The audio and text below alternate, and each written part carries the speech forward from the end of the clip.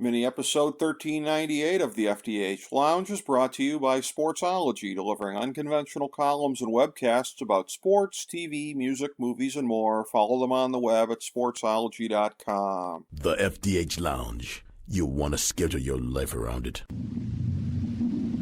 A long time ago, on a gloomy, wet Cleveland spring night, two men stand alone amidst the late-night drizzle.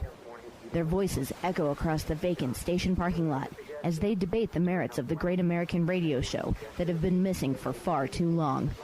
On that night, an idea was born. That idea became the FDH Lounge.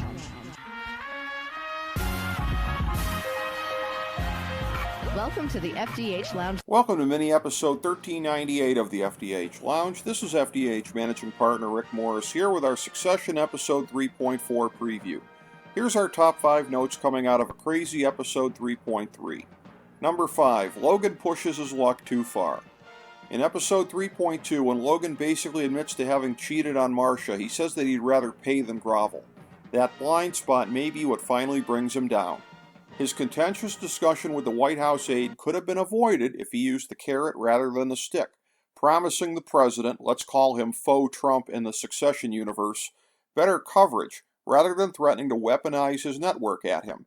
That confrontation led directly to the FBI raid, which carries disastrous optics prior to the shareholders' meeting as well as the threat of the cover-up of the heinous crimes being discovered. Logan not only wants to win, he always wants to win on his own terms. In this circumstance, survival, if it comes, will have to be from winning ugly, and Logan may not be capable of accepting that. Number 4. Is Tom really willing to take one for the team? Yes, he'd have his father-in-law's eternal gratitude if he served as fall guy in the scandal, but what good is that goodwill if Logan is dethroned as head of the company? Tom has to be taking all of this into account, much like how he's already gauged that Shiv wasn't the wife that he wanted her to be. It's hard to believe that he's keeping all of his eggs in the Roy family basket right now. Number 3. The bookend siblings, Connor and Roman, can't be taken for granted. Their refusal to sign Shiv's attack letter on their brother did stem from self-interest, but they clearly also have some residual feeling for him.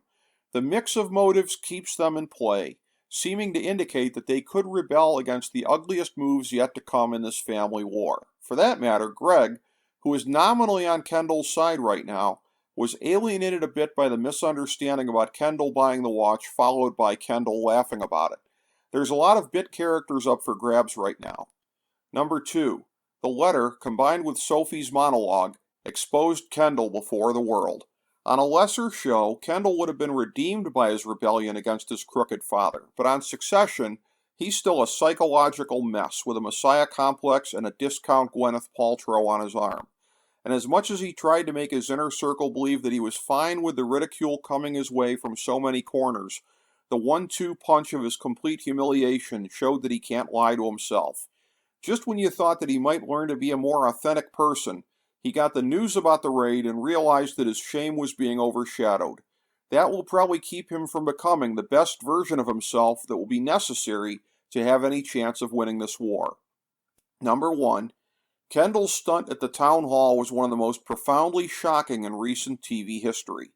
From the opening chords of Nirvana's Rape Me, it seemed inconceivable that the show was going there, but that's exactly where they went, as Shiv's moment in front of the entire world went up in flames. The fallout has been explosive so far and will continue to be as the bad blood expands beyond Logan and Kendall to the rest of the family. The road to the shareholders meeting will be paved with blood and excitement. Thank you for joining us for this mini episode of the FDH Lounge.